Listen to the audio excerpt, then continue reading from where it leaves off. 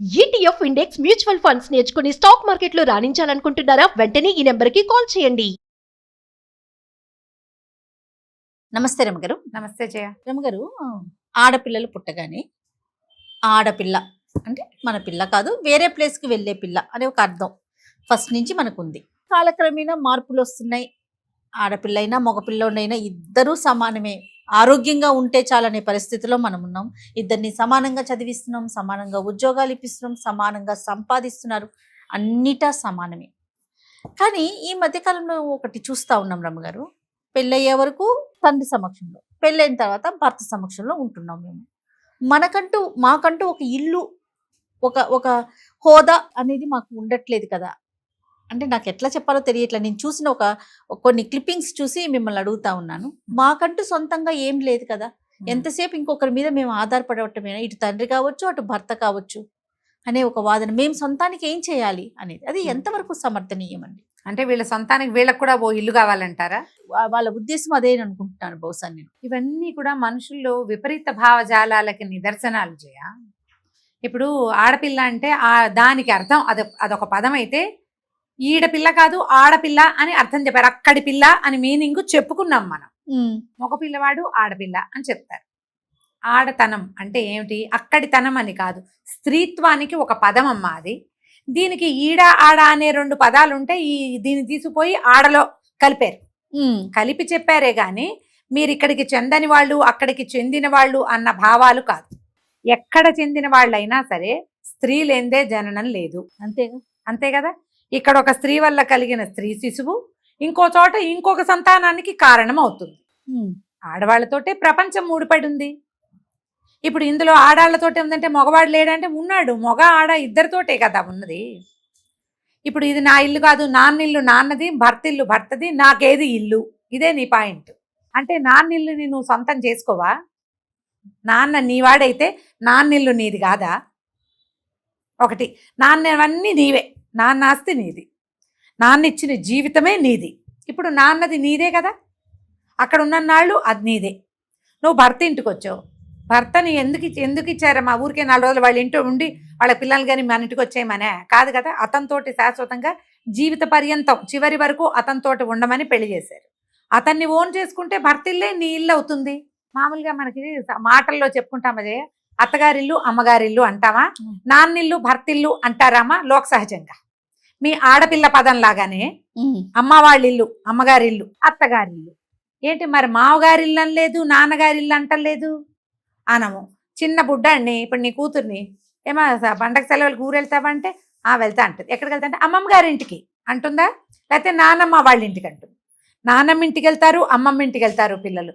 తాత వాళ్ళ ఇంటికని ఒకళ్ళు కూడా చెప్పరు. ఎవరైనా చెప్తారమ్మా? మీరు చెప్పారా ఎప్పుడైనా? లేదు.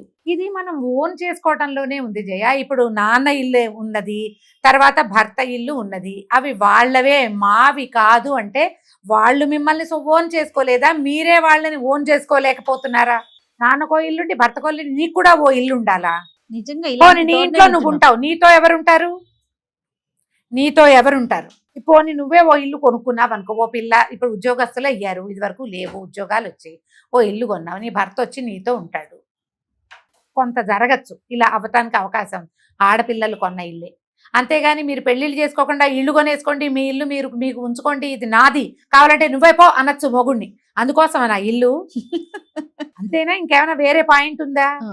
నేను దేనికి చెందిన దాన్ని అంటే నువ్వు అందరికీ చెందిన దానివే. నువ్వు నీ లోపల ఇలాంటి భావాలు పుడితే నువ్వు దాని వెనకాల పరిగెత్తి నీతో పాటు ఒక గుంపుని కూడా అలా ముందుకు తీసుకెళ్తే మీరు ఎవ్వరికీ చెందని వాళ్ళుగా ఉండిపోతారు. అది అర్థం చేసుకోవాలి. ఇప్పుడు ఇందులో ఆడపిల్లల్ని డిస్కరేజ్ చేయడం, మగపిల్లల్ని ఎంకరేజ్ చేయడం ఏం లేదు జయ. మనం కూడా ఆడపొట్టుకే పుట్టాం, మనకి ఆడపిల్లలు పుడితే అందరి పిల్లలకి ఉంటాయి. ఏదో ఒక దశలో నాదంటూ నాకు లేదు అని మీకు అనిపించవచ్చు. అవతల వాడు ఆ మాట అనేదాకా తేవద్దు, తీసుకురావద్దు.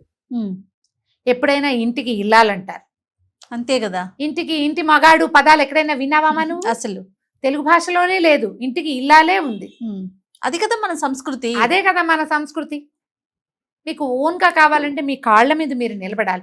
ఈ సొంతంగా నాకే ఒక గూడు నేను ఏర్పరచుకుని నా గూట్లో వంట చిలకలాగా నేను ఉండాలని కోరుకుంటే మీకు ఒంటరితనమే ఉంది, ఇంకా జంటతనాలు ఏముంది, జీవితం ఏది, మా సొసైటీ ఏది మీతో? ఇప్పుడు మీరు అన్నట్లుగా ఉద్యోగం చేసుకుంటున్నారు, సరే ఇల్లు వాకిలి సంపాదించుకుంటారు, తర్వాత ఏంటి నెక్స్ట్?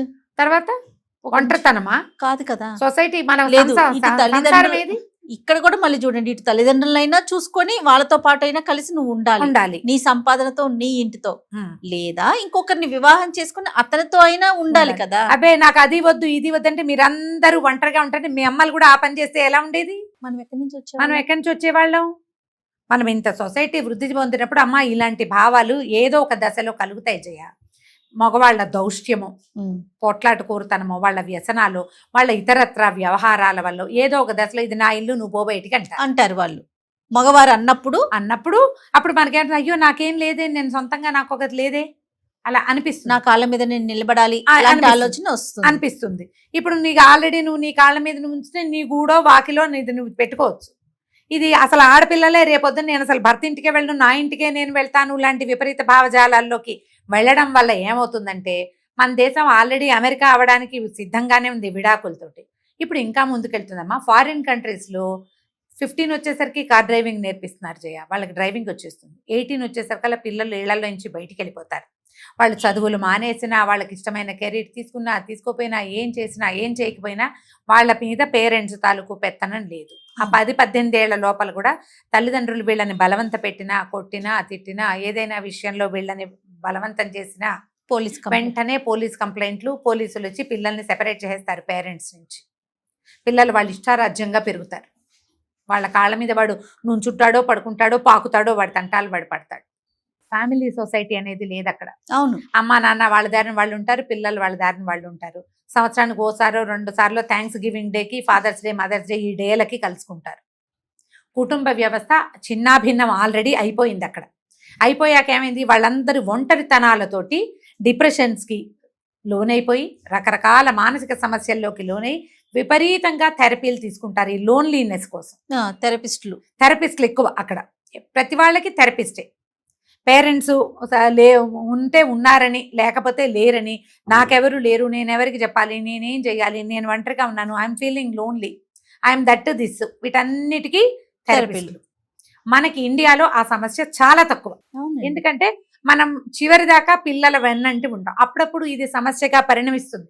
పేరెంట్స్ తాలూకు బలవంతాల వల్ల పిల్లలు కొంత ప్రెస్ అవుతారు, కానీ పేరెంట్స్ సహాయంతో పిల్లలు బాగుంటున్నారు ఇండియాలో. ఇప్పుడు ఈ ఆడపిల్లలకి నీది నువ్వు ఏర్పరచుకో, నీ ఇల్లు నాన్న ఇల్లు నీది కాదు, భర్త ఇల్లు నీది కాదు, నీది నీకే, నీ ఇల్లు నువ్వు సంపాదించుకో, నీ గూడు నువ్వే ఏర్పరచుకో, అప్పుడు నువ్వు అమెరికా వెళ్ళిపో, ఇండియాని అమెరికాని చేసే నువ్వు.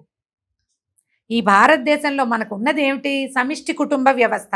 మనం అన్నదమ్ములతోటే సెపరేట్ అయిపోయి, అన్నదమ్ములు మనం కలిసి ఉండట్లేదు, కలిసి ఒక చోట వండుకొని తింటలేదు. అసలు మన దగ్గర పూర్వకాలం నుంచి ఉన్నటువంటి ఉమ్మడి కుటుంబ వ్యవస్థకి ఆల్రెడీ నీళ్ళు వదిలేసాం మనం. అవును, వదిలేసి అప్పుడప్పుడు అయినా కుటుంబాలు కలుసుకునే పద్ధతిలో ఇంచి కూడా అసలు కలుసుకొని సంవత్సరానికి ఒకసారి కాదు 10 ఏళ్లకోసారి అన్నదమ్ములు అక్క చెల్లెళ్ళు కలుసుకునే దౌర్భాగ్యపు సమాజంలోకి ఆల్రెడీ వచ్చేసామమ్మా. అందుకే మనకి నాకు పెద్దవాళ్ళు లేరు, నాకు చెప్పేవాళ్ళు లేరు, నా డెలివరీ అప్పుడు నాకు పోస్ట్ పార్టం, ఈ పోస్ట్ పార్టం ఎంత ఎక్కువగా ఉంది జయ.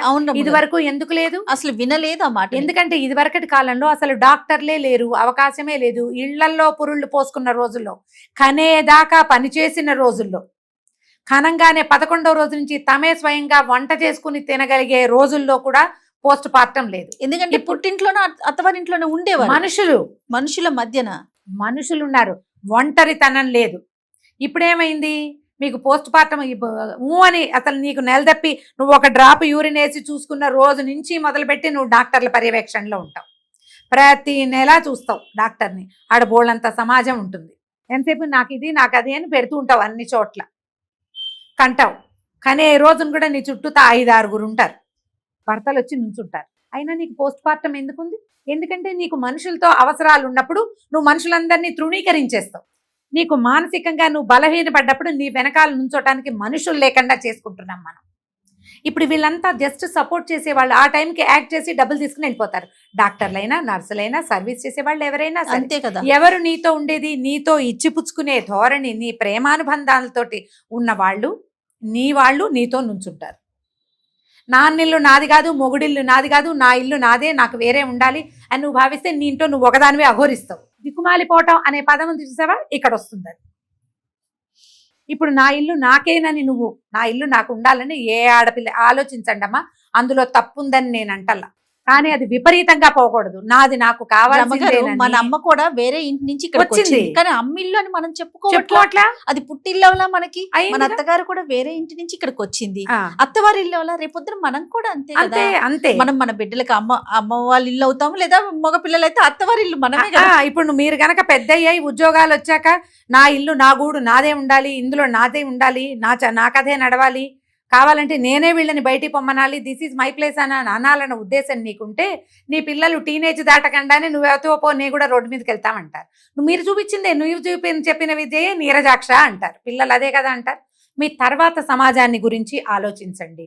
ఇలాంటి విపరీత భావజాలాలు మనకి ప్రతి దశలోనూ వస్తాయి. కొంత మాట్లాడుకుని సరిపుచ్చుకుని మనం ముందుకెళ్తేనే మనం ఒక సరైన సమాజంలోకి, అంటే ఫ్యామిలీ సమాజాలు పోకుండా, ఫ్యామిలీ సొసైటీస్ డిస్టర్బ్ కాకుండా వెళ్ళగలుగుతాం. ఇలాంటి మాటలు తేడాలు, ఈ ఇల్లు నాది అనే మాటలు మగవాళ్ళు మాట్లాడడం మానేయండి మొదట.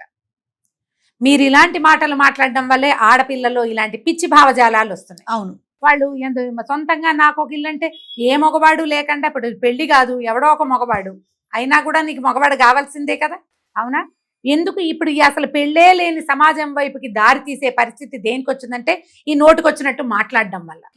మగ పిల్లలైనా ఆడపిల్లలైనా మీరు ముందు మగవాళ్ళు ఇది నా ఇల్లు నువ్వో అని అనకూడదు. ఎస్, వివాహం చేసుకున్నాక మీ ఇల్లు మీ నాన్న కట్టినా, మీ తాత కట్టినా, ముత్తాత సంపాదించి ఇచ్చినా కూడా మీతో పాటు 100% భాగస్వామ్యం మీ భార్యది. ఈ పో అనే మాట మానేయండి. ఆడపిల్లలకి ఈ భావజాలాలు పెరగటం మొదలు పెట్టినాయంటే అయ్యా క్షమించండి, మీకు పెళ్ళాలు దొరకరు. కరెక్ట్. ఇవి తర్వాత మన సమాజం ముందుకు వెళ్ళదు. మీకు ఎప్పుడైతే రిలేషన్స్ లేవో సమాజం బాగుండదమ్మా. అప్పుడప్పుడు ఈ రిలేషన్స్ వల్ల మనం బాధపడతాం, ఇబ్బంది పడతాం. అందుకని అసలు దీన్ని మొత్తాన్ని ఇందులో నుంచి ఎరాడికేట్ చేసేయాలని అనుకోకూడదు. మనం అనుకుంటే ఇంకేముంది, ఎక్కడికి వెళ్తాం మనం? నువ్వెవరో నేనెవరో ఈ ధోరణిలోకి వెళ్తే ఎట్లా? ఆ ధోరణిలోకి మన పిల్లలు, ఆడపిల్లలు వెళ్ళకూడదంటే రేపొద్దున పెళ్ళయ్యాక నీ ఇల్లు వేరే లాంటి మాటలు అన్నదమ్ములు కానీ తండ్రులు కానీ మాట్లాడకూడదు. నువ్వు ఆడపిల్లవి అని అనకూడదు. ఆడపిల్లలుగా ఇప్పుడు లేరు, సమాజం అది మారిపోయింది పూర్తిగా. ఆడపిల్లలే, గర్ల్ చైల్డే అమ్మా నాన్నని సపోర్ట్ చేస్తున్న వాళ్ళు లక్షల్లో ఉన్నారు. ఎప్పుడు అది వాళ్ళు సపోర్ట్ చేయని ఆడపిల్లలు ఉన్నారు, సపోర్ట్ చేయని మగపిల్లలు ఉన్నారు. రెండు పక్కల ఉంది కదా సమాజం. నాకు ఒక ప్రత్యేకమైన ఇల్లు కావాలని ఆలోచించకండి అమ్మా. ఇల్లు కాదు, మీ కాళ్ళ మీద మీరు నిలబడాలి, మీకు మీరు ధైర్యం చెప్పుకోవాలి, మీరు చదివిన చదువు సార్థకమయ్యేలాగా చక్కగా సంపాదించుకోండి. మన చుట్టూ ఒక నలుగురు మనుషులను ఉంచుకోండి. ఇది నువ్వు డబ్బిస్తే పనిచేసే వాళ్ళని కాదు, సర్వీస్ కాదు, అది కాదు, స్నేహం కావాలి. మీకు ఇచ్చిపుచ్చుకునే ధోరణితోటి ఉండండి. ఇప్పుడు మీది మీకు కావాలి, మీరు ఇల్లు కొనుక్కుంటా అంటే కొనుక్కోండి. ఆడపిల్లలు పెళ్ళిళ్ళు మానేసి ఇల్లు కొనుక్కుని మీ ఇళ్లలో మీరు ఉండాలనే పిచ్చి ఆలోచనలు చేయబోకండి. దీన్ని ప్రోత్సహించద్దు. ఒకవేళ ఇలాంటిది కనపడితే ఇలా అనిపిస్తుంది మనకి ఒక్కొక్కసారి, నా సొంతంగా నా ఇల్లు ఏర్పడ్డాక నాకు కావాల్సినట్టు నేను చేసుకుంటాను అనిపిస్తుంది. అంటే అవతల వచ్చే బాధ, ఆ ఇబ్బంది వల్ల అట్లా అనిపించవచ్చు. ఇప్పుడు దాన్ని సరి చేసుకోండి. దాన్ని కూర్చుని మాట్లాడుకుని ఏదో ఒక రకంగా ఎవడో సరవనేవాడు మూర్ఖుడు, మిగిలిన వాళ్ళంతా సరవుతారమ్మా. ఎందుకంటే ప్రతి వాళ్ళకి ఆడా మగకి మొగ ఆడా కావాలి. మన ఇద్దరికి మనకి వాళ్ళు అవతల వాడు కావాల్సిందే, వాడికి మనం కావాలి కదా, సర్దుకుంటారు. దీని మీద మాట్లాడుకోవాలి. కానీ తీవ్ర భావజాలాల్లోకి వెళ్ళి సమాజాన్ని రెండో పక్కకి లాగేసే ఐడియాలజీ చెయ్యొద్దు దయచేసి. నమస్తే రమగారు. నమస్తే.